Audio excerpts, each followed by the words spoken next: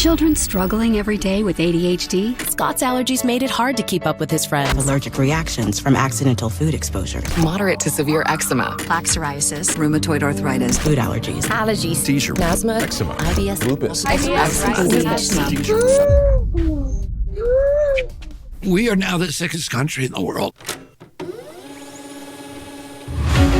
The health of American children is in crisis. A huge rise in chronic conditions in kids 17 and under. More than 40% of American children now have at least one chronic health condition. Autoimmune diseases like rheumatoid arthritis, juvenile diabetes, lupus, Crohn's disease, all this IBS. I had eczema, asthma, all but out. Allergies, stomach issues. This is to me the one that gets me. Just a few decades ago, 1 in 10,000 children had autism. Today it's 1 in 31. ADD, ADHD, speech delay, language delay, tics, Tourette's syndrome, narcolepsy, sleep disorders, ASD, autism. But there's no way in the world that these kind of rapid increases in the incidence of disease could be genetic. Genetic change takes generations, centuries to play out. What's really causing our kids of this generation to be so chronically sick?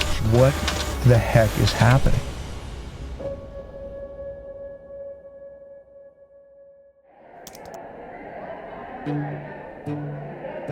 America is the sickest nation in the industrialized world. It is now believed that over 54% of our kids have a chronic disease, either a neurological disorder or an autoimmune disease.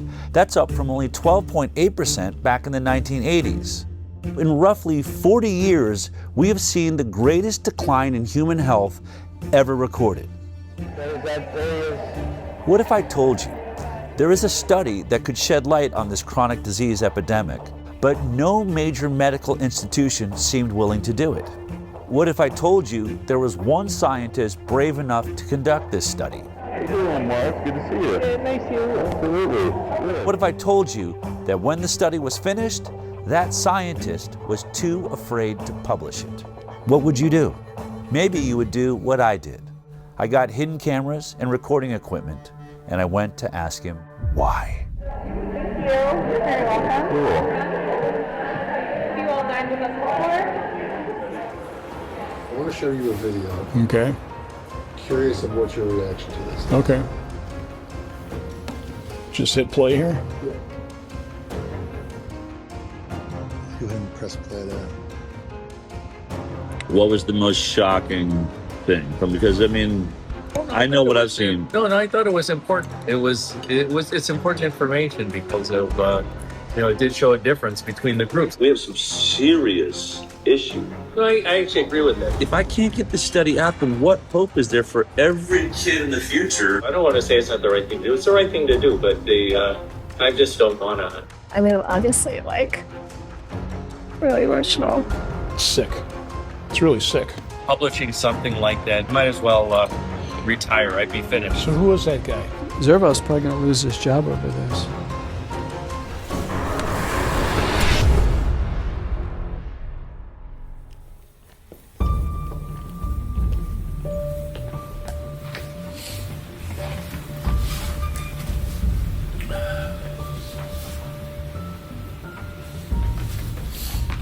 You know, I'm thinking before we get into the hidden cameras and the study and Dr. Zervos and all that, why don't we just take it all the way back to how this actually started?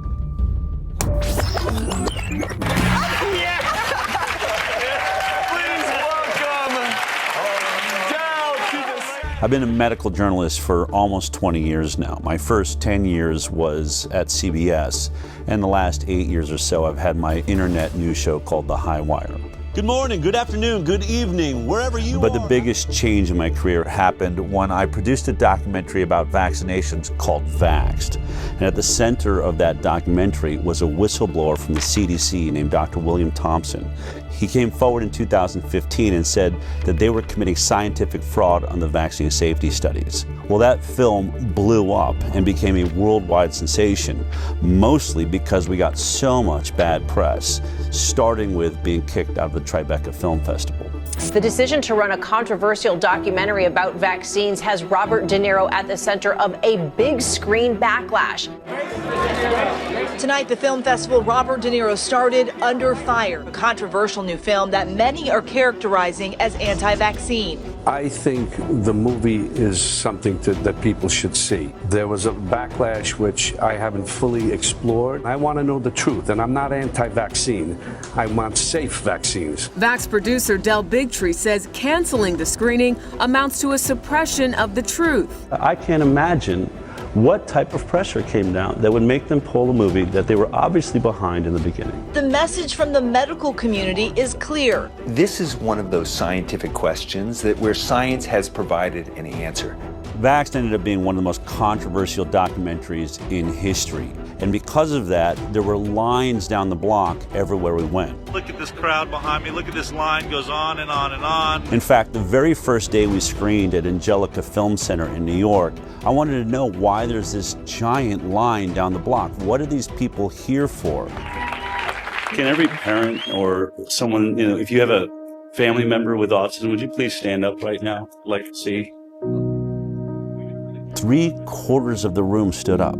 I remember feeling like the air just got sucked out of the room. I had no idea that there was this many people suffering from this issue. I ended up asking that question 3 screenings a day, 5 days a week for an entire year. And every single time, 3/4 of the room stood up. I realized I had stumbled on something absolutely massive. Hello everybody, this is Jamie. Jamie's first. Can you guys both tell us your names? I'm Stephanie. And this is Zion. After the screenings, parents of injured children were inspired to tell their own stories. We set up video cameras and started interviewing everybody that wanted to talk. And what I discovered is it wasn't just autism, and it wasn't just the MMR vaccine. There was an ocean of vaccine injury, and nobody was talking about it. Doctor says, well, do you want the flu vaccine? I was like, might as well do it now. I gave in. I did polio. They gave her the Hep B vax. She got the 2-month shots. Detail. The MMR vaccine. By 10:30 that morning,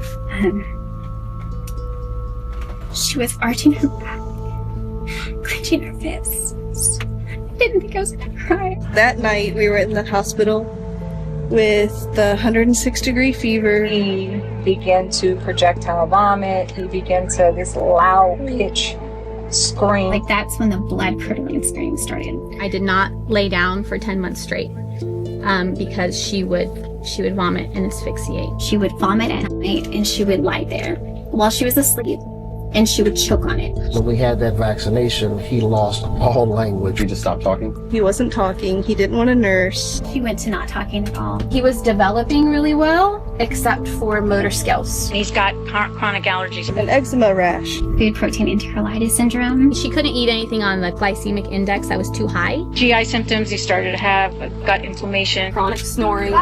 Sleep apnea. Seizure-like activity. We woke up. She just...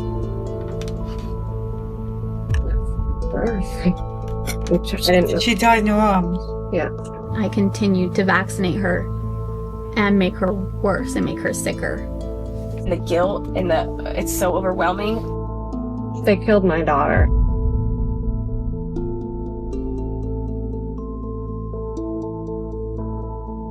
Clearly, this was a bigger issue than anybody realized. But there was one particular interview that we did that really changed my perspective forever. Colton was a 13-year-old healthy, strong boy. He loved anything that has to do with an adrenaline rush. Motocross was his passion. The doctor says, hey, he's the age that you should get the HPV vaccine. I said, okay. So he was administered the vaccine. And then this is the last day he got to ride that big boy bike. And that day he came home, he was starting to feel nauseous, really sore neck. He still didn't want to get out of bed. I just thought, man, you're just really weak and exhausted. And that evening, when he sat up to take a drink of water, he just flopped back and his head just hit the pillow, and I went, Colton, are you going paralyzed? They immediately took him down to Primary Children's Hospital in Salt Lake. Original diagnosis was transverse myelitis. When the doctor came out and asked me, has he been sick? I said, no, he hasn't been sick. He had the HPV vaccine on February 1st, and they went, oh, well, we'll be reporting that to VARS. It does suck, like, not being able to play sports anymore. Now I have to sit on the sideline, just watch everybody. You gotta do your research, like, you can't just trust a doctor anymore. Do your own ways to find out what's best for you.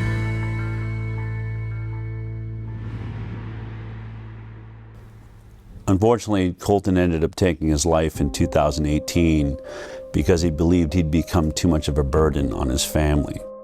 But the thing I remember about standing there and watching that interview taking place, my co-producer Polly Tommy was doing the interview, was this box that was hanging on his side that was breathing for him. And it went through a tube that was going through a hole in his throat. And he literally had to wait for it to fill his lungs with air before he could answer a question. So he'd go, and then he would start answering the question until he ran out of air. I thought about all of the people that accuse these so-called anti-vaxxers of bringing back polio or the iron lung. Once vaccination rates fall, you're going to have a lot of people getting sick and a lot of children paralyzed for the rest of their life with polio. I thought, he's wearing an iron lung. You're not laying in a metal tube anymore. They've reduced it down to a box that hangs on your side and a hose that goes to your throat. But in this case, he wasn't paralyzed because he had polio. He wasn't paralyzed because he didn't vaccinate. He was paralyzed by the Gardasil HPV vaccine. I chose to get my daughter vaccinated because I want her to be one less woman affected by cervical cancer. One less. Gardasil. Then I went home and started looking up all of the inserts, the warning labels that are wrapped around all of the childhood vaccines, and most of them say it right there in serious adverse events. Guillain-Barré syndrome, that's paralysis. Or transverse myelitis, paralysis. And I realized polio vaccine is a success. We didn't eradicate paralytic diseases with the vaccine program. The vaccine works. We're causing paralytic diseases with our vaccine program.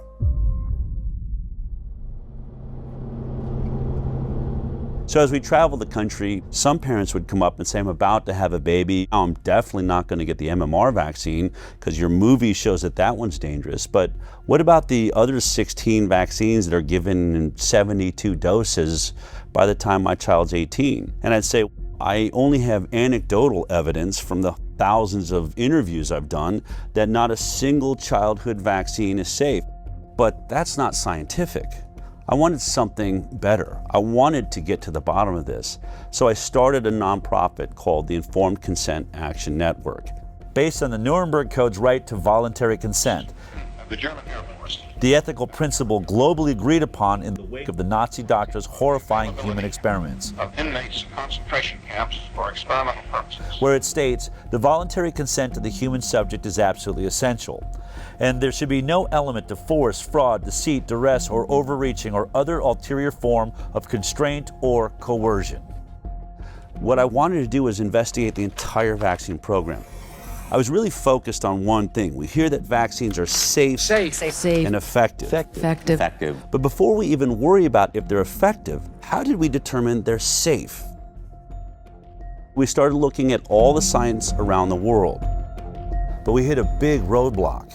You can't sue a manufacturer of a vaccine. It's one of the only products in America that has what they call liability protection. The reason is because of a law that was passed in 1986 by the US government. The pharmaceutical industry basically blackmailed the government, and they said, we are losing so much money from lawsuits for death and injury from our vaccines, we can't make a profit. Studies have shown that the whooping cough or pertussis vaccine causes brain damage. The controversy isn't really over the fact that it happens, but how often it happens. And they said, if you want us to continue making vaccines, you're going to have to take on the liability. And our government agreed to that. If you want to sue or you want to get any information outside of what's publicly known, you're going to have to sue the government. And that's when I realized I need a constitutional attorney. And I found a guy named Aaron Siri. Mr. Siri, you're not a medical doctor, are you? No, sir. And you're not an immunologist or biologist or any kind of... Or vaccinologists, no, but I depose them regularly, including the world's leading ones with regards to vaccines, and I have to make my claims based on actual evidence when I go to court with regards to vaccines. I don't get to rely on titles. Okay. He had a genius way forward. We're going to sue the government agencies, HHS, FDA, NIH, and we started winning. And what did we prove in those lawsuits? That the entire science behind vaccine safety was nothing but a complete fraud. Doctors used to listen to parents. When their parents came in and said, hey, my kid is suffering with this condition, has this issue, doctors listened to them. But when parents started coming in and saying, my kid went in and got a vaccine and then started having X issue, that's when doctors stopped listening. Hi, how you doing? We have triplets, 2 boys and a girl, Richie, Robbie, and Claire. Every day in our life was a party. Every single day they were smiling and laughing and looking at each other, engaging in each other. On June 25th, 2007, we brought them in for the pneumococcal shot. My daughter still has the mark on her leg from the shot. She was the first one to get it, and she screamed and never really stopped screaming after that.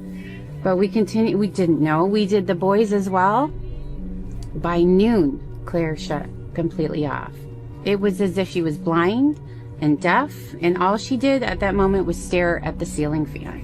So that was at noon. We had the shot at 10 a.m. 2 o'clock, we watched Richie shut off. They lost all their reflexes. I'm an educational audiologist.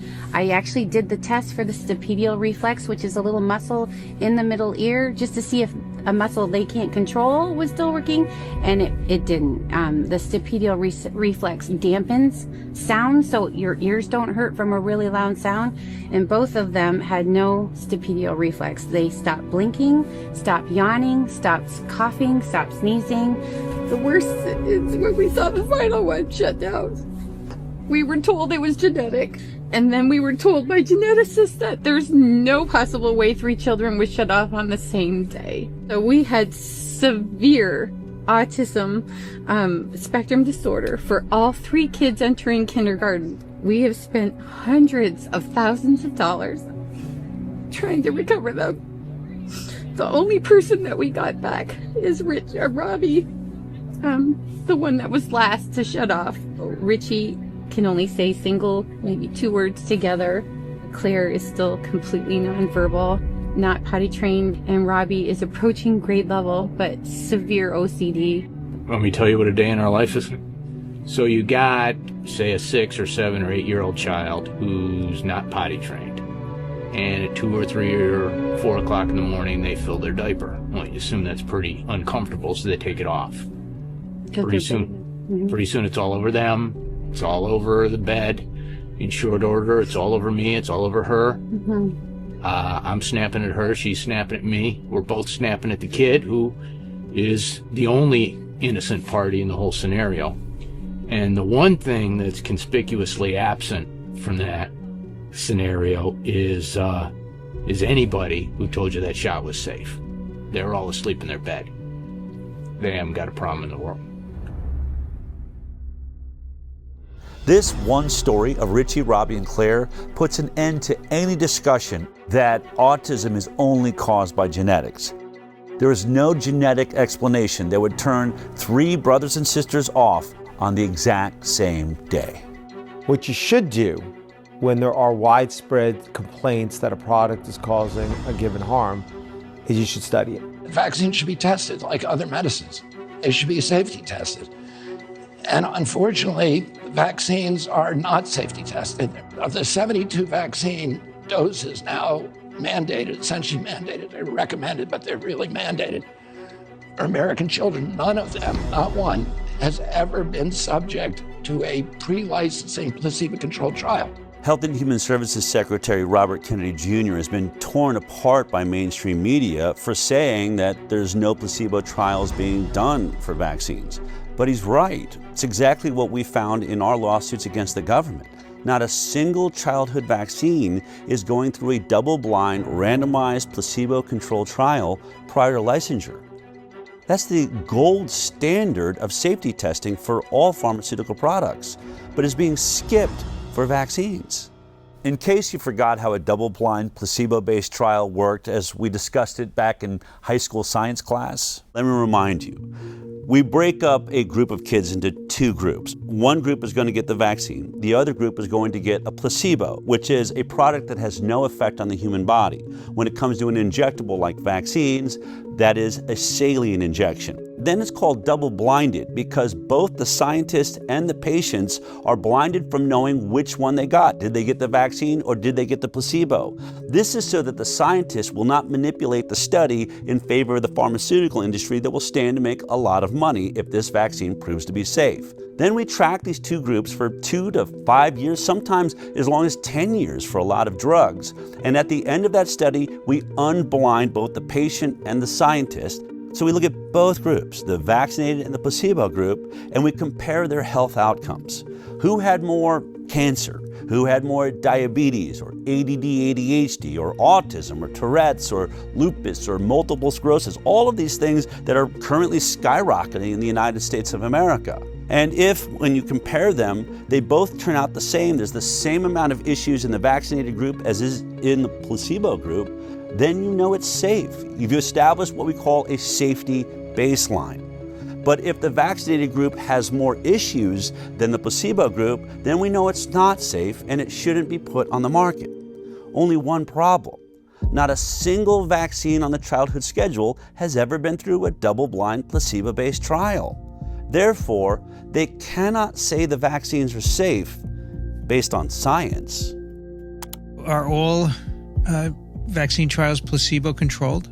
No, and nor should they be. So, for example, when Prevnar 13, so Prevnar was a conjugate pneumococcal vaccine. The FDA has approved a new pneumococcal vaccine. It had to be tested in the phase 3 trial, and so the control group there was Prevnar 7 and had been shown to work. It will replace Prevnar, which was effective against 7 serotypes. You can't ask parents to put their children at risk of pneumococcal disease when there existed on the market at the time a vaccine to prevent that. And the World Health Organization has been very clear on this. That would have been considered an ethical trial. Dr. Paul Offit's one of the big proponents of vaccinations, probably because he's made a vaccine and made a killing off of it, the rotavirus vaccines on the childhood schedule. It doesn't matter whether I financially benefited or not.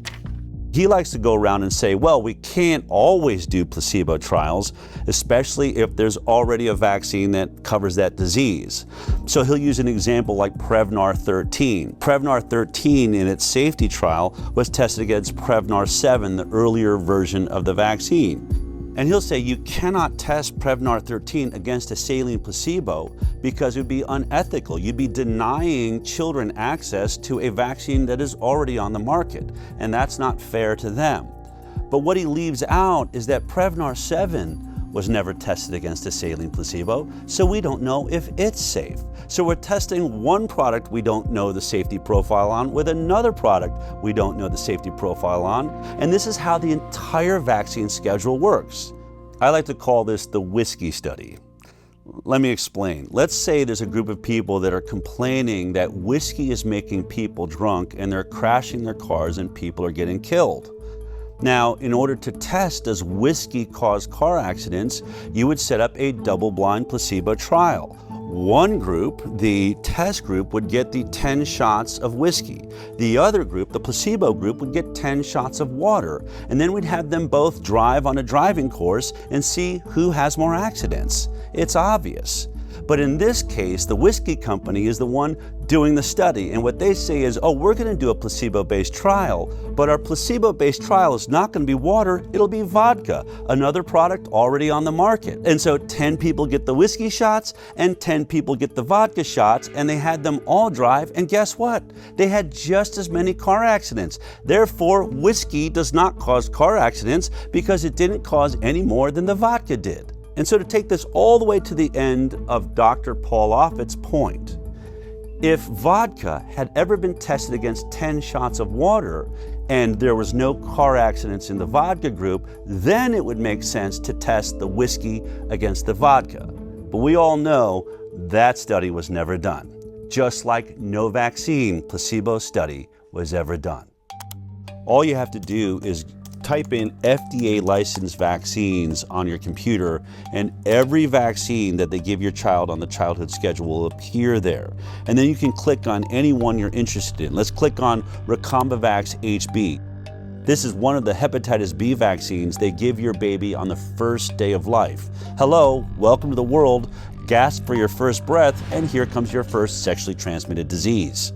Now, go to Vaccine Insert. This is the insert or the warning label that is wrapped around the vaccine when it's delivered to your doctor. It has all kinds of information, like what's in the vaccine, all the ingredients, side effects of the vaccine, but I want you to focus on section 6.1. This is where they talk about the clinical trial they relied upon to establish safety. It's always 6.1 on every single vaccine, so you can look at all of them. But in this one, you'll see that there was only 147 children in the entire trial. And they were only monitored for 5 days after each dose.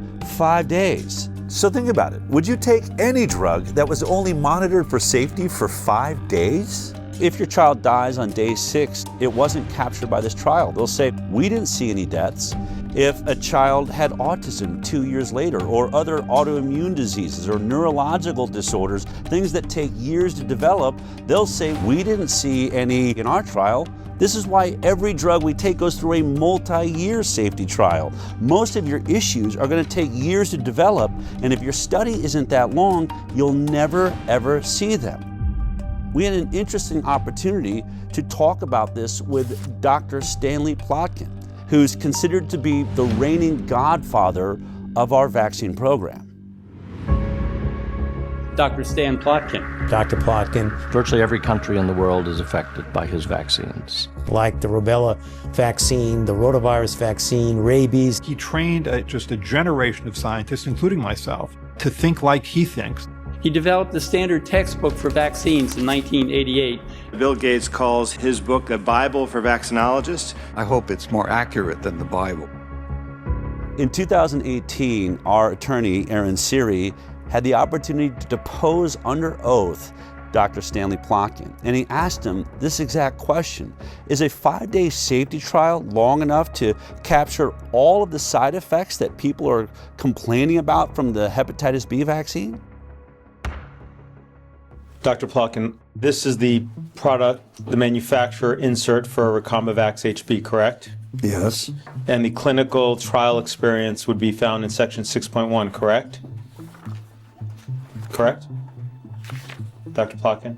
Yes. Okay. In section 6.1, when you look at the clinical trials that were done pre-licensure for Recombavax HB, how long does it say that safety was monitored after each dose? Let's see.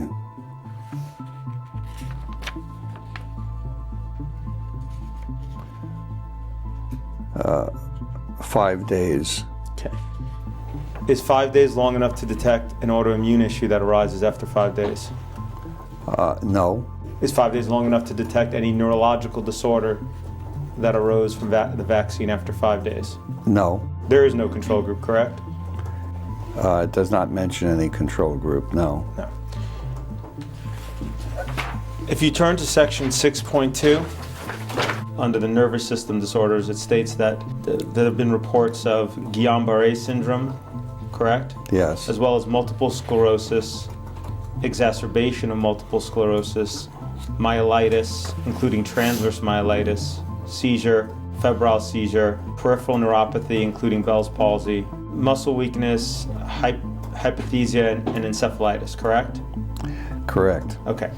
Now, it says at the top, before you go on, these reports are required to be included because they have been reported to the authorities as happening after vaccination. That is not proof that the vaccine caused those reactions. In order to establish whether it's causal between the vaccine and the condition, you need a randomized, placebo-controlled study. But yes. That was not done for this hepatitis B vaccine before licensure, was it? No. Okay. Without a control group, if you're looking for a phenomenon occurring in the vaccine group, you cannot judge that phenomenon without having a control group. Isn't it true that it would now be considered unethical to conduct such a study today? It would be, yes, it would be ethically difficult. So this is how the entire game is played. They don't do a safety placebo trial before the vaccine's licensed. Then when people start lining up with all of these serious side effects, you say, well, can you do a placebo-based trial now? And they'll say, no, it's unethical. So they won't do it before, they won't do it after there's injuries, and when they can't do a study, your doctor says to you, I haven't seen any studies that show that these injuries are being caused by the vaccine. Therefore, I'm going to assume they're safe. Do you agree with the CDC's recommendation that babies receive a hepatitis B on the first day of life? Yes. You stated that hepatitis B doesn't cause encephalitis, right? That's my opinion, yes. But the IOM, after doing its review, determined it couldn't find science to support a causal determination one way or another. Correct? Yes. But that means that they don't have evidence for the supposition. That it either causes or doesn't cause. Right. They don't know. They don't know because there aren't enough data. In the absence of data, my conclusion is that there's no proof that causation exists. So if there's no data to show that it causes or it doesn't cause, yes. Your supposition, is that I understand correctly? Yes. Is that it doesn't cause it? That there's no proof that it does. Okay, that's different than saying it doesn't cause it, correct? Correct. So let's be clear, vaccine safety is not based on science and data, it's based on an assumption of safety. And that is the stalemate we find ourselves in. But there's one way out of it. Instead of doing a placebo-based study, you can do a retrospective study looking at people that have already made their choice, whether they're going to vaccinate or not. And then you just compare those groups, the ones that got the vaccines and the ones that decided not to vaccinate. We call that the vaccinated versus unvaccinated study. It's been done by a few independent scientists and institutes amongst small groups of children, but never by a major government agency or a major medical facility. The reason this study is important, I think, is illustrated by a study that was done in Guinea-Bissau, Africa, by a man named Dr. Peter Abe. He's one of the lead experts, he's pro-vaccine, and he develops vaccine programs for the third world. He had a DTP vaccine program he'd run 30 years ago in Guinea-Bissau, Africa, and recognized 30 years later, you know what, only half the children in the country got that vaccine and the other half didn't. I could do a perfect comparative study between the vaccinated and the unvaccinated. And when he did that study, the results blew his mind. This is about vaccines. And I think it's important to recognize that no routine vaccine was tested for overall effect on mortality in randomized trials before being introduced. I guess most of you think that we know what our vaccines are doing. We don't. The program we are talking about at the time, the vaccine program, was introduced sort of in the late 70s after the success with the eradication of smallpox. WHO made sort of the first immunization program for the low-income countries. What comes out here, you had 2.3 times higher mortality if you are DTP vaccinated. And that is the most commonly used vaccine in the world. So the whooping cough vaccine or the pertussis vaccine was associated with twofold higher mortality. You can have a vaccine which is fully protective against a specific disease, but associated with higher mortality. How is that possible? After looking at this study, it was clear that the vaccine did protect against the diseases they were vaccinated for. The kids didn't die of diphtheria, tetanus, and pertussis. Only one problem. Once they looked at it, they were dying at 5 times the rate of all of these other issues. So it was clear that though it was protecting against these diseases, it was weakening their immune systems to all sorts of other problems. One of the other scientists on this study did a TED Talk on this. In spite of being protected against 3 deadly diseases, the introduction of DTP was associated with increased overall mortality. children who received DTP vaccine had 5 times higher risk of dying than those who didn't. And this is just one example of many studies now done of DTP vaccine, and they all show the same. DTP vaccinated children have higher mortality than those who didn't get DTP. So it appears that DTP vaccine has negative non-specific effects. The protection against the 3 deadly diseases comes at a very high price, namely increased risk of dying. So, with the best of intentions, the use of DTP vaccine may kill more children than it saves. I know these results are extremely uncomfortable, and most people, including myself, just wish they weren't true. But this is what the data tells us. That was just a study of one vaccine in a group of children. What if you studied children that were receiving not one vaccine, but between 72 and 100 vaccines by the time they're 18? Of course, I'm talking about the most vaccinated nation in the world, the United States of America. Our federal health authorities actually paid the Institute of Medicine to look at the safety of the vaccine schedule as a whole. And the Institute of Medicine, after conducting that review, came back with a report in 2013. The report said no studies have compared the differences in health outcomes between entirely unimmunized populations of children and fully immunized children. It's the CDC's responsibility to do those studies, and they've been ordered again and again and again to do them, and they have refused. But the Institute of Medicine has looked at the vaccine schedule and said in their 2011 report, there are over 150 injuries that are likely to be associated with vaccines that have never been studied. Well, what did the CDC do after the Institute of Medicine issued that report? Instead of doing the study, they ended up doing a study on how to do a vax versus unvax study. It went and it paid a whole lot of money to issue a white paper on how to conduct that study comparing vaccinated versus unvaccinated kids. That white paper came out in 2015. Now, here we are in 2025, 10 years later. They've still never published that study. Now, have they never done the study? I can't tell you. This is information that vaccine safety advocates want and have been asking for a long time, and I'm not sure why it hasn't been done. This simple study would shut up every anti-vaxxer forever.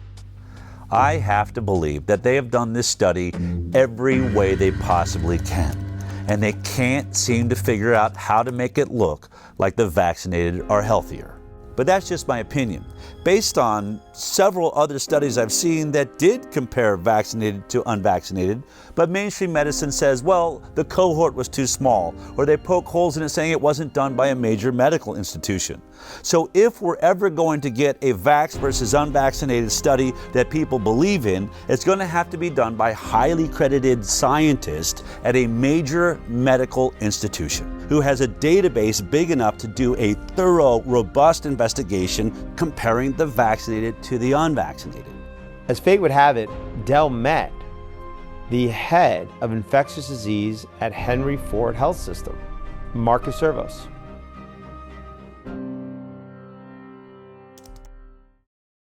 I'll never forget that meeting because you said something to me. You said, "I've watched your film. It's intriguing."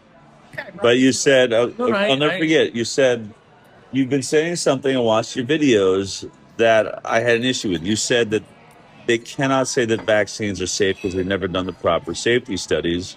And you said to me, I actually researched that because I wanted to see if that was true. And you said, I'm sorry to have to report to you that you're actually right about that. No, I say it proper now, too. safety studies have not been done. And to now too, it's same thing. I still say it now. The proper safety studies haven't been done. So then I said to you, all right. Still true. And you're like, I don't know what I'm doing here. I don't agree with you. I believe in vaccines. And I said, would you ever consider doing a vaccinated versus unvaccinated study? And you said I would do anything wherever the data is the data, right? Yeah. The first time I met with Dr. Zervos, he agreed to do a vaccinated versus unvaccinated study. I mean, I was ecstatic. He was perfect. Ford Medical Center is one of the greatest research centers in the world, and Dr. Zervos is in the middle of being a hero for having just worked out the entire Flint, Michigan water crisis. 74 miles of large diameter pipeline will stretch For decades, Flint, one of the poorest cities in America, had bought its water from Detroit. Instead of staying on the Detroit water supply while the pipeline was being built, the city would temporarily get its water from the Flint River. That decision would force the city to activate an old water treatment plant. Here's the plant. This is what is coming out of the tap. Water's brown, has a bad odor. We cannot drink the water. They soon became a breeding ground for Legionella, and people were getting sick. The oxygen, you're on that all the time, or do you ever get to take it? I want it all the time. Yeah. Her doctor, Marcus Zervos, had been treating a chronic skin infection that her weakened immune system couldn't control. They are doing a lot better. I'm ecstatic. You know, if I can get them healed over a little bit more, I'm going to get you an appointment with those transplant doctors. There'd been 90 confirmed cases in the year and a half following the water switch. 12 people had died. Sean McElmurray had pulled together a team of 23 scientists and experts from around the state. The team says the state wouldn't authorize them to start the search for the source of the outbreak. Dr. Zervos was the infectious disease expert, and he was worried about the delay. It was critical to start right away because by June we expected to see more cases of Legionnaire's disease and there would be more deaths, which is what we expressed in a meeting that included top leadership at MDHHS. I remember my colleague telling him that if he didn't do that, people could die. Unfortunately, Nick Lyon's response was that, well, they have to die of something.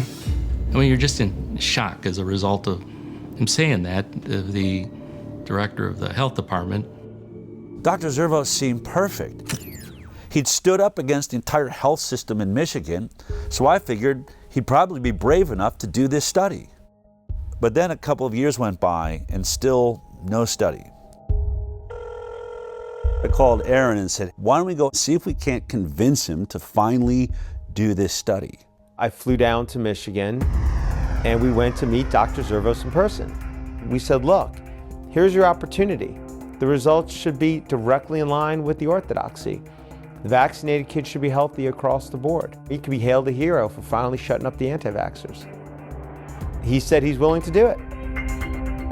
The study was going to use the data they literally already have in their fingertips. The data of millions of people who are already in the Henry Ford Health System database, including hundreds, maybe thousands of completely unvaccinated children, as well as obviously children who are vaccinated. What that would allow is taking that multi-million person database, segregating out the children who had been in the Henry Ford system from birth continuously for a few years. Because it's a captive HMO environment, meaning it provides the insurance and it provides the medical care, it has most of the health records for these kids, including if they go out of the Henry Ford medical system, Henry Ford, as the insurer, was still paying for it. So they have the health codes for all the medical services that these kids got. So if you segregated out those kids, now you have a cohort of children from birth for at least a few years where you knew everything about them. I previously was a program director at Henry Ford Hospital, so I know it well. It's one of the best integrated health systems to do research. Henry Ford receives over $90 million in annual research funding, with nearly 700 residents and fellows in 53 ACGME accredited training programs. I think Henry Ford, like other institutions, has a bias towards the goodness of vaccines. You can't miss it. It's a full-page letter here from Henry Ford with 56 signatures saying in bold letters, the science is clear, vaccines save lives. If the results came back demonstrating that the battery of vaccines was associated with chronic diseases and that unvaccinated appeared healthier over time, such a result would be particularly convincing. I'm for vaccines. I'm not, I'm obviously for vaccines, but I think it's the best way of controlling infectious diseases, which are deadly. I'm for mandatory vaccination. Henry Ford is mandatory vaccination because of me. Henry Ford is one of about 90 healthcare systems across the United States that are working to enroll a total of 30,000 volunteers in the Moderna COV vaccine study as quickly as possible. This is the worst pandemic of the last 100 years, and our best hope of dealing with this is by having an effective vaccine. Henry Ford is requiring all 33,000 staff members to be fully vaccinated by September 10th, 2021. The health system says this is consistent with its existing vaccination policy, which includes team members get the flu shot every year and stay current with other vaccinations. It appeared to me that Henry Ford was pro-vaccine, not anti-vaccine. So I had to assume the only reason they would do this study was to prove us wrong. Dell and I thought that was an excellent opportunity. They can do the comparison and presumably they could get it published. We only had one request. The ask was, whatever the outcome, you publish it. Would he stick to that if the results show that unvaccinated kids are healthier? And when he realized that if he submitted that for publication, he's going to face the wrath of his entire profession, didn't know. This was our greatest fear. I mean, vaccines are the holy grail of modern medicine, and anyone that decides to challenge vaccines in any way are essentially considered heretics. Vaccines are safe. Vaccines are safe and effective. Vaccines are safe and highly effective. Safe and effective. Safe and they're highly effective. Vaccines are one of humanity's most incredible accomplishments, and they've saved millions of lives. Childhood vaccines have prevented about 4 million deaths around the world every year. The overwhelming majority of pediatricians in this country strongly support vaccinations. Missing her vaccination dates. We're not vaccinating. The schedule as it's currently recommended is well tested. We've studied them in so many millions of children. Billions of people. Decades of extensive peer-reviewed scientific studies. Centuries of science. The science is pretty settled. Settled for many years now. This idea that we're taking too many vaccines, there's really no science to back that up. The scientific community publishes paper after paper after paper. There is nothing to see. There's nothing to see. I will not stand here and let conspiracy theories distract from real solutions. Most doctors can't tolerate being called quacks or having their reputation destroyed. And I went from treating the head of the laboratory at my hospital for hypertension to becoming, somebody that was doubted on every levels after a while because of one thing that I said, which was, can we stop giving vaccines to my sick patients and give it to them on the day of discharge? And had they not tried to intimidate me, doubt me, and pushed me to research and show that what I saw was actually real, I would still be lockstep working as a regular doctor. The Florida Department of Health, in partnership with the governor, is going to be working to end all vaccine mandates in Florida law. All of them. All of them. My experience with discussing or disclosing harms associated with vaccines is that those are not welcome ideas or conversations. That move from the Florida Surgeon General, a doctor there, drawing condemnation from public health experts. Whether it's ignorance, it's stupidity, or it's malice, at the end of the day, people are going to get hurt. He's not going to necessarily receive a warm embrace by some of the people in his profession, but that's really what courage is all about. It's a very hostile environment, both scientifically and in the media, for individuals who reach conclusions or have opinions that counter mainstream ideas. Every independent scientist that has ever ventured into doing a vaccinated versus unvaccinated study of any kind is immediately under assault.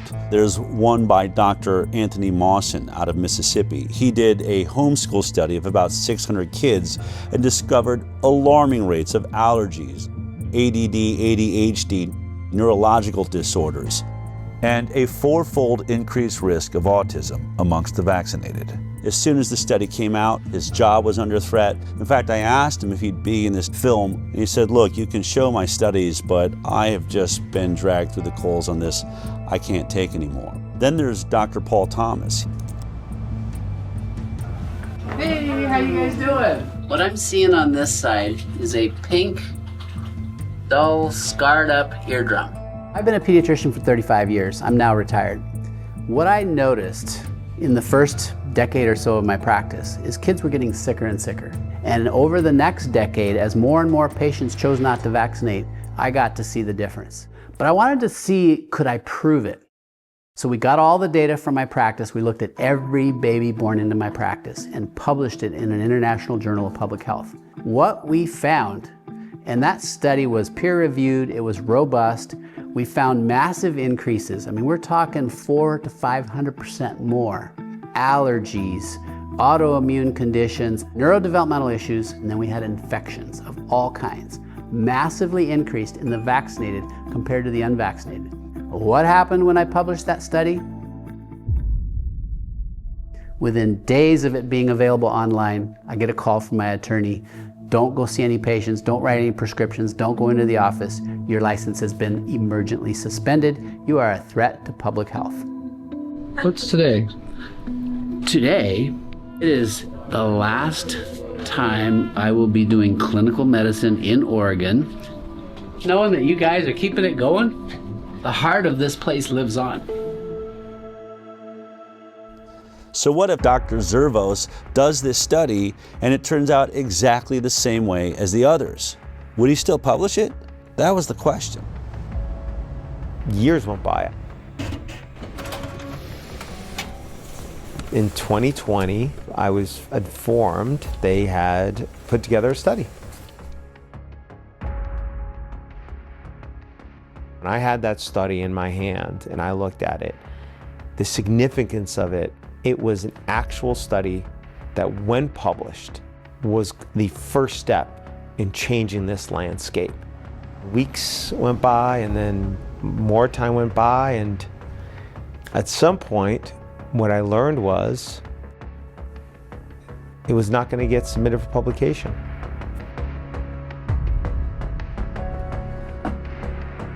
Aaron called me and said they finished the study. Only one problem, they're not going to publish it.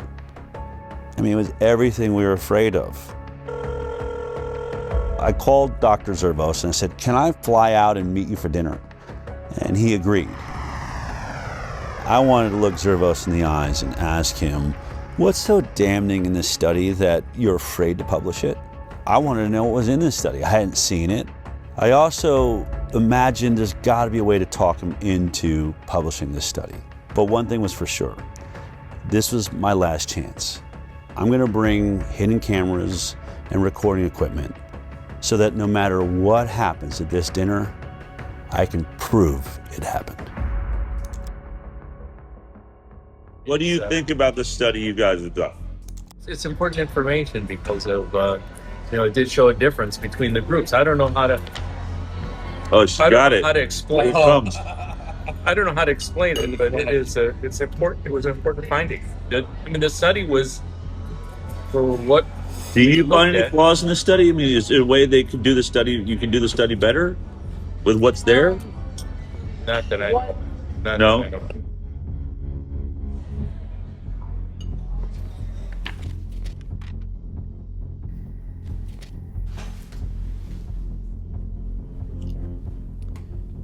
Impact of childhood vaccination on short and long-term chronic health outcomes in children, a birth cohort study.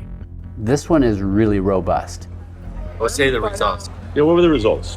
The CDC put out a white paper on how you would look at vaccinated versus unvaccinated, and we followed it to a T. I agree with that. No. Do you agree with that? We 100% did. We looked at this every other way and sideways. I think this is a devastating commentary on our public health interventions, because if this is true, we are systematically making kids sick, and not just a little bit sick, very sick. Publishing something like that, I might as well retire. I'd be finished. I mean, I'm just curious, what in this data makes you think it will be as catastrophic to your career as you think? What was he so afraid of? The study was a bombshell. 18,468 subjects, 1,957 of them were fully unvaccinated. When comparing the health outcomes of the vaccinated versus the unvaccinated, they found an increased risk in the vaccinated of several chronic health conditions. The vaccinated subjects were over 4 times more likely to have an asthma diagnosis. 4.29 times in the adjusted. And that seems, I've looked at a lot of studies, that's 3.26 to 5.65. They also found 3 times the risk for atopic diseases, which is kind of a subset of allergic diseases. They found a almost 6 times risk for autoimmune disease. The autoimmune diseases this paper looked at include thrombocytopenic purpura, rheumatoid arthritis, SLE, systemic lupus erythematosus, MS, multiple sclerosis, and Guillain-Barré syndrome. They mentioned there are over 80 different autoimmune diseases, and what their data showed for autoimmunity, 6 times increase in those who got vaccines when compared to the unvaccinated. Which is staggering, because autoimmune disorders really represent significant morbidity and health costs and suffering, accrued over a lifetime. Neurodevelopmental disorders. What kind of numbers are we talking about? Do you remember? 5.5 times risk for neurodevelopmental disorders. We know that the immune system is intimately connected with both brain development and brain functioning. And so when the immune system gets triggered by illness, potentially by vaccination, you can get neuropsychiatric symptoms, presumably related to brain inflammation and immune processes in the brain. 2.92 times the amount of motor disabilities, 4.47 times the amount of speech disorders in the vaccinated compared to the unvaccinated. 3 times the rate of developmental delay. They found the same things I found related to allergy and autoimmunity. Also, 6 times more acute and chronic ear infections. Interestingly, there were several health conditions where they couldn't even do this analysis because there were none in the unvaccinated group. The way that the mathematical formulas work, you can't have a 0 in any one group and be able to compare risk. For example, there were 262 children who had ADHD in the vaccinated group. Amongst the unvaccinated group, there were 0 cases of ADHD. 0. These ones are just mind-boggling. These conditions were not found at all in almost 2,000 unvaccinated kids. 0 brain dysfunction, 0 diabetes, 0 behavioral problems, 0 learning disabilities, 0 intellectual disabilities, 0 tics, and 0 other psychological disabilities in the unvaccinated.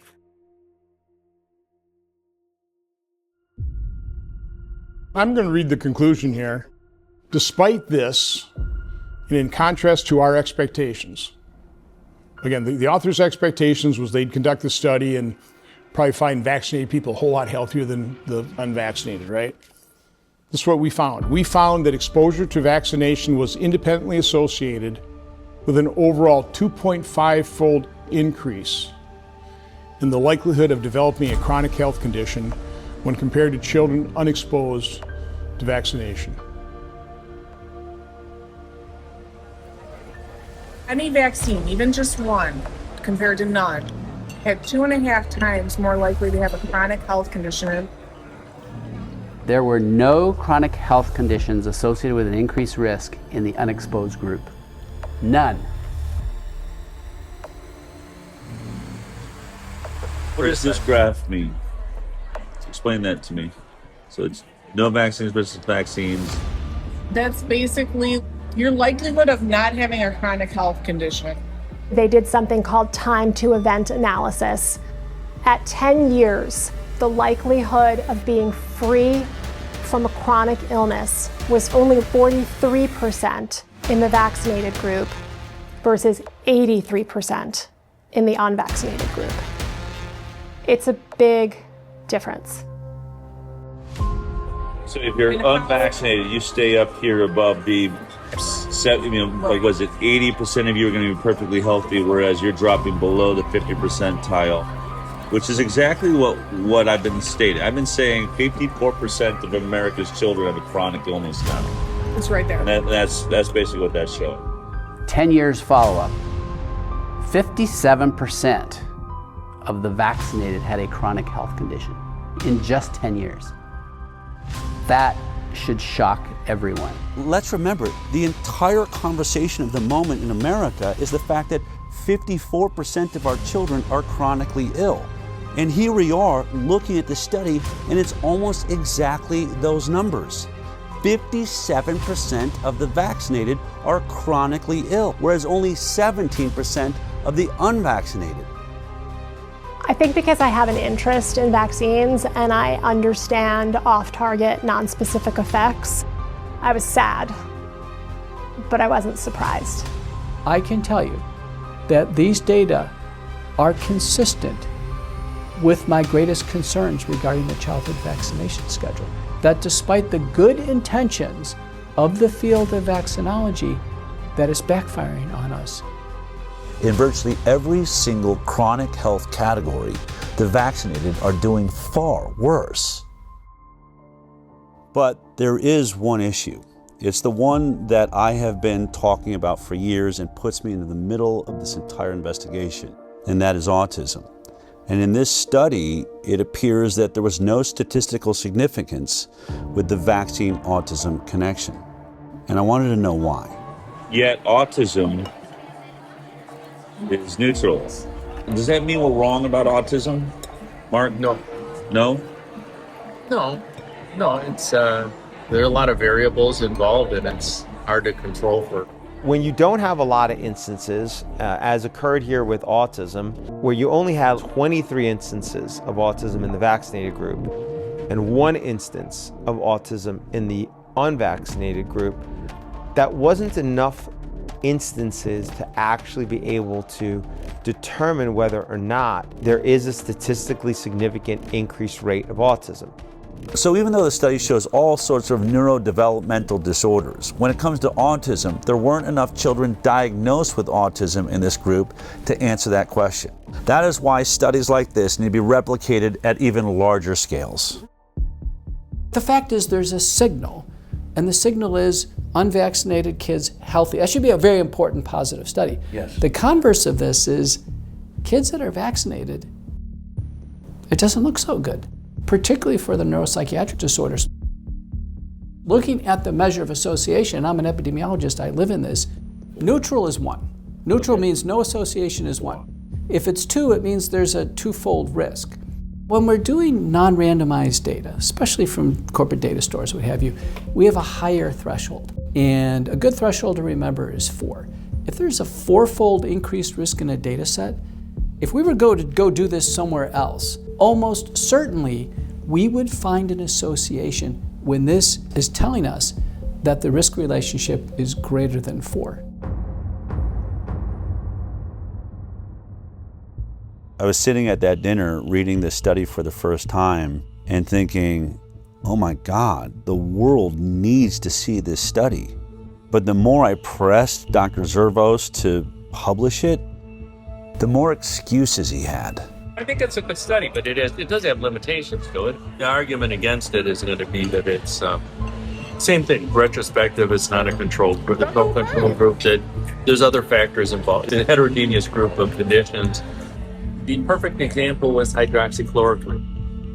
Did I happen to mention that not only was Dr. Zervos at the center of the Flint, Michigan water crisis, he was also at the center of the hydroxychloroquine study that was done by Ford and showed a 50% reduction in death for those that received hydroxychloroquine. And for that, he got attacked by Tony Fauci and virtually everybody in mainstream media and the medical world.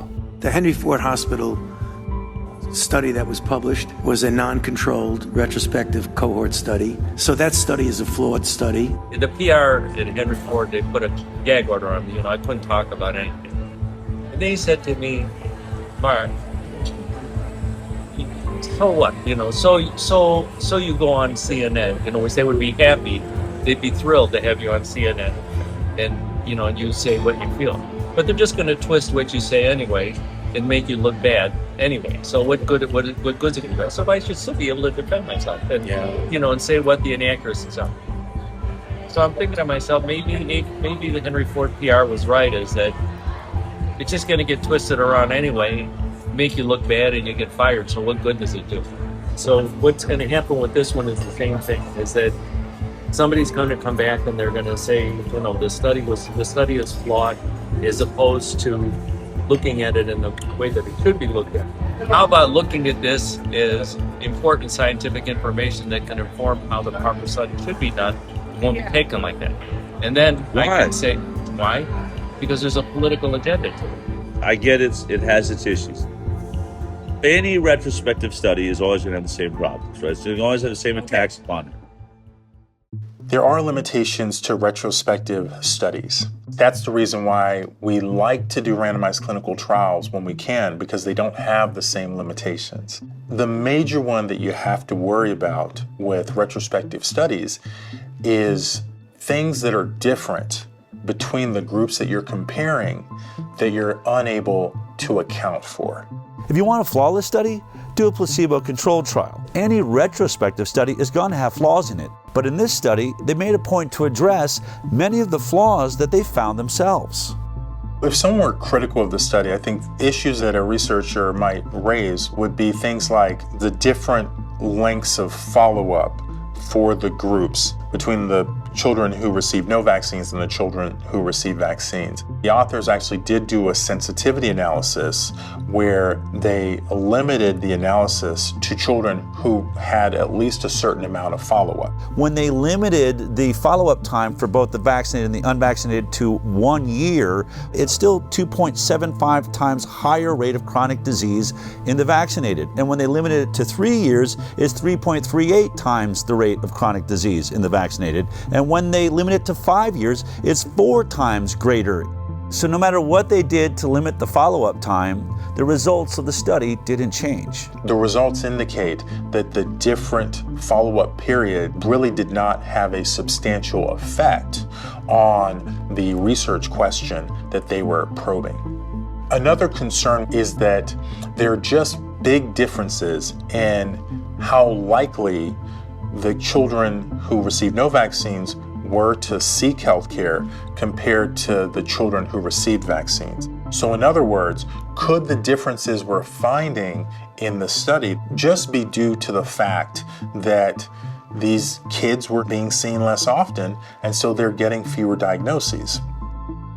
To try and address this, they limited the population of children who didn't receive any vaccines to children who at least had some number of medical visits. And even in that sensitivity analysis, the main findings persisted. In this study, they adjusted for confounders. Confounders can be age, socioeconomic status, gender, racial, ethnic groups, and used a technique called Cox proportional hazards, which means holding all of the factors equal, what's the relationship between the factor of interest and the outcome?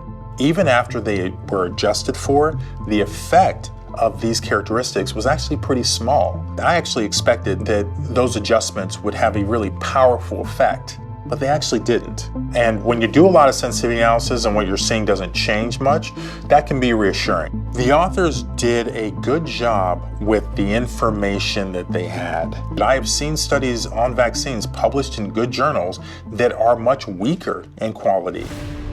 Is what your study shows, is it important? Yeah, it is important. You know who you should send it to? What I told you a while ago. Because I'm just not going to do. I'm not going to do it because I don't want to end up like Diddy or I don't want to suffer what McCullough did. But I give him credit for taking it. Standing up for it. But I'm just not going to do it. I'm not going to do it. In any other climate, in a regular climate, you would have put this study out just as it is. Right? If we weren't in this world of censorship... I'd put it out just how it is. You would? I'd put it out just how it is, yeah. I'd like to just finish out my work, doing international work. Part of my reluctance to do anything is that nothing is going to come out of it other than me losing my job, which I'd rather not see happen. I'm open to it. We're here because I fully respect you and I recognize the danger of, I said to you, if you do this study, I'm going to repeat it because I don't remember. I said, if you do the study, you're going to come under fire. You said, I don't care about that. I'm all about the data and I'm about to retire anyway. That's literally what you said. Yeah. So your energy has definitely changed on that. But energy's changing. Let me put it this way. I put my whole career on the line because I saw an issue. Because what? I saw an issue that is affecting the children of America and the world. We have a serious growing problem of autoimmune disease, chronic illness. I am not saying that vaccines are the only cause, but I am saying this program needs some serious work. We had much better health when we were getting 10, 20 vaccines. At 54 shots with 72 doses, it is clear we are not making our children healthier. They're going the wrong direction. If there's a way to do this program better, which I believe, I've never said I'm trying to eradicate vaccines from the planet, but we are at an autism rate now of 1 in 26, 28. We have some serious issues. No, I actually agree with that. Is there a different way we could be doing it? Right, but how do we get there if I finally, and what are the odds? I find someone like you that has got the clout. If I can't get the study out, then what hope is there for every kid in the future? I can't do shit for them. Unless there's a change in leadership, nothing is going to happen. Publishing one study like this one is not gonna. It's not gonna. It's actually the right thing to do. I don't want to say it's not the right thing to do. It's the right thing to do, but I just don't want to. And I don't want to say I have enough problems, but I've got enough things like that I'm already dealing with. And I don't want another one. Hold on. I just want to say this. This is the Galileo moment. I believe this changes more lives than anything there is. If we can fix this vaccine program, it doesn't just change millions of children's lives here in America, it changes worldwide. You'll be the father of the change in the system. That's historic. And I want to work with you to do that. This is why we're here. Yeah. No, I see what you're saying. We have an ability to do something that no one ever dreamed is possible. If it's not you, then who? For some reason, it always comes towards me. No, I can't handle it. I really can't. I'm not a good person. I can't handle it. I'm not a good person, but I'm just not going to do it. I'm not going to do that. Because I've got other stuff to worry about. Yeah, I mean, obviously, really emotional. He's just going to compartmentalize it away. I think someone could look at this and be like, it's unconscionable. How could he? And I think the way that he can is the way we all can do things that, not do things we don't want to do is we just convince ourselves, he's saying it doesn't matter. This is one study. It won't move the needle. It's too much for me. I can't. And, maybe he's right. Maybe it is too much for him. It's very important the study sees the light of day. In the scientific literature, and for the advancement of science, we must have balance. There are always pros and cons to everything. And when we have a deep-seated religious bias in favor of vaccines, we've lost balance. And when we lose balance, the entire scientific enterprise goes off track. And when that happens, large populations are harmed. I cannot help but ask myself the question, how many children will suffer a chronic illness that they maybe wouldn't have to suffer had this information been out there? I treat a lot of kids with neurodevelopmental disability and neuropsychiatric illness, and their lives and their families' lives are hell. And I know so many parents who suffer all kinds of guilt. The parents who've had adverse reactions or who've witnessed neurodevelopmental regression in connection with vaccination, they are devastated. I've had so many mothers say to me, my child is like this because of me. At my hand, I did this to them. I think we are absolutely destroying our future by destroying the overall health of our most precious asset, our children. We need to know if this is true. We are morally and ethically obligated to replicate this study again and again and again and find out if this is accurate and if this is true. We have to. The fact that this study hasn't been peer-reviewed and hasn't been published is extremely concerning. It's important knowledge, and other healthcare systems really do need to replicate the analysis. This question really does need to be probed. It's a very important research question. I challenge you, yes, you the doctors, you the researchers, do the research. Find within your data set, within your system, those who are unvaccinated and compare them to the vaccinated cohort. This is one data set. You could replicate this again. There are other captive payer systems. Let Kaiser Permanente Southern California do it. And let the Harvard Pilgrim system in Boston do it. And all the other health systems around the country. And maybe even the CDC with the VSD. And with that, we can start actually addressing the problem that these vaccines might be causing. If these results are valid, this is an absolute sea change in our understanding of the off-target and non-specific effects of vaccination. And we will have to reconsider the way we go about our vaccination program.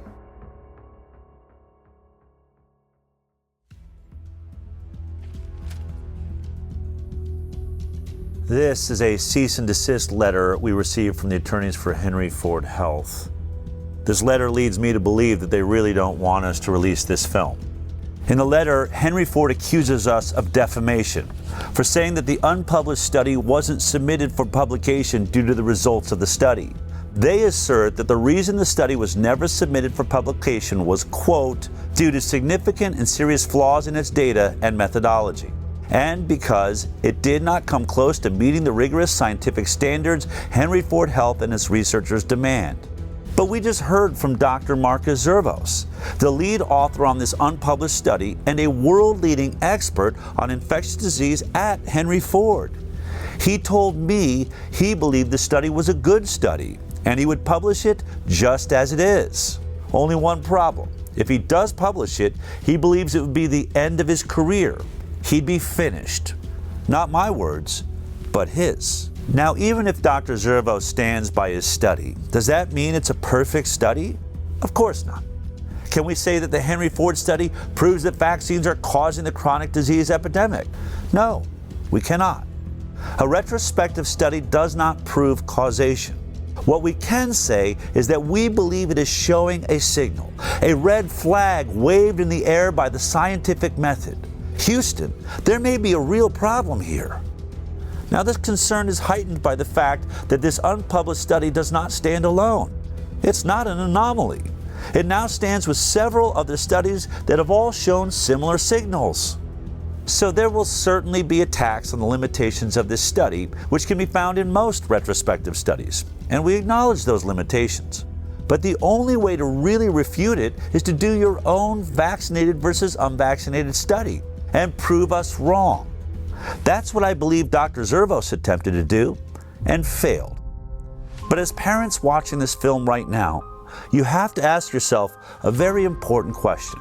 Why hasn't a single health agency or major medical institution in the world been able to produce one single vaccinated versus completely unvaccinated study that shows that the vaccinated children are healthier? Wasn't that the entire purpose of the vaccine program? To make our children healthier? And although this may be an inconvenient study for anyone who said that the vaccine program was safe, there is a bright side. In every one of these studies so far, there is a group of children who are thriving, who aren't suffering from many of the ailments that plague America's children, who have barely any cases of neurodevelopmental disorders or autoimmune disease. They are living in a world that is flourishing with health because their parents went in a different direction. You now have even more data. You've been informed. What are you going to do about it? That choice is yours.